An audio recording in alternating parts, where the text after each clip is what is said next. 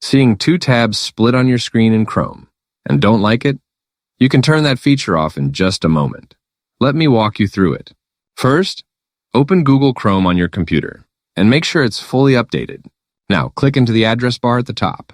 Here, you'll need to open Chrome's flags page. Type Chrome, chart flags into the address bar, then press Enter. Once the flags page loads, look toward the top where you see the Search Flags box. Click inside it and type Split View. After searching, you'll see an option that says Split View.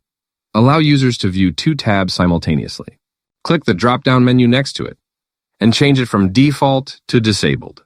Just below that, you may also see another option related to restoring tabs and split view from previous sessions. This one is optional, but if you want to be extra safe, you can set that to Disabled as well. Once you're done, look toward the bottom of the page. Click Relaunch to restart Chrome and apply the changes. When Chrome opens back up, Split View will be completely turned off, and your tabs will go back to behaving normally. And that's it. A simple tweak that gives you a cleaner browsing experience. If this helped you out, give the video a like and subscribe for more quick Chrome tips. Thanks for watching, and I'll see you in the next one.